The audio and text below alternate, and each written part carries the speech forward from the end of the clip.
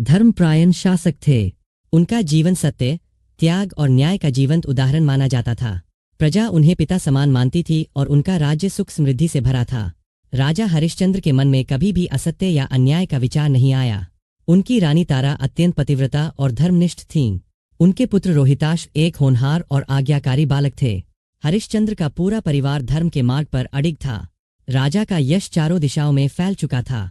देवता भी उनकी सत्यनिष्ठा की प्रशंसा करते थे। किंतु सत्य की परीक्षा बिना कठिनाई के नहीं होती। इसी उद्देश्य से महर्षि विश्वामित्र ने हरिश्चंद्र की परीक्षा लेने का निश्चय किया। विश्वामित्र चाहते थे कि यह देखा जाए कि क्या हरिश्चंद्र हर परिस्थिति में सत्य का पालन करेंगे। एक दिन विश्वामित्र साधु वेश में राजा के दरबार में आए। उन्होंने राजा से दान में संपूर्ण राज्य मांग लिया। राजा हरिश्चंद्र ने बिना संकोच दान स्वीकार कर लिया। उन्होंने कहा कि दान मांगने वाले को कभी निराश नहीं किया जाता। राजा ने राजमहल, धन संपत्ति और सिंहासन सब कुछ दान कर दिया। दान देने के बाद भी विश्वामित्र संतुष्ट नहीं हुए। उन्होंने दक्षिणा के रूप में और धन की मांग रख दी। राजा के पास अब कुछ भी शेष नहीं था। फिर भी उन्होंने सत्य का त्याग नहीं किया। उन्होंने अपनी रानी और पुत्र के साथ राज्य छोड़ दिया। राजा अब एक साधारण मनुष्य बन चुके थे। दक्षिणा चुकाने के लिए उन्होंने स्वयं को बेचने का निर्णय लिया।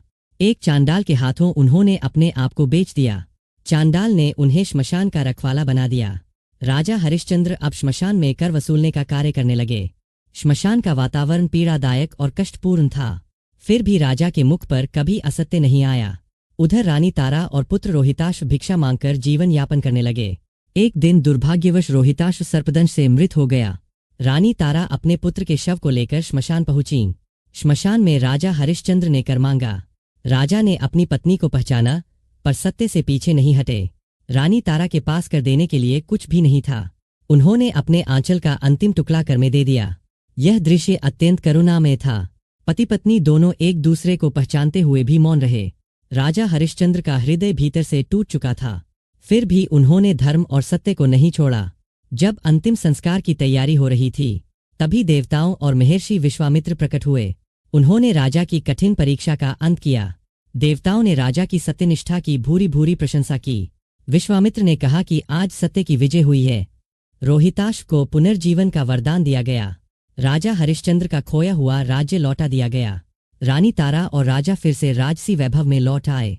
हरिश्चंद्र की कथा तीनों लोकों में प्रसिद्ध हो गई। देवताओं ने उन्हें सत्य का प्रतीक घोषित किया। इस कथा से यह शिक्षा मिलती है कि सत्य का मार्ग कठिन अवश्य है, पर विजय उसी की होती है। जो मनुष्य सत्य, धर्म और त्याग को अपनाता है, वही सच्चे अर्थों में महान कहलाता है। राजा हरिश्चंद्र का जीवन आज भी प्रेरणा देता है। उनकी कथा हमें सिखाती है कि किसी भी परिस्थिति में सत्य नहीं छोड़ना चाहिए।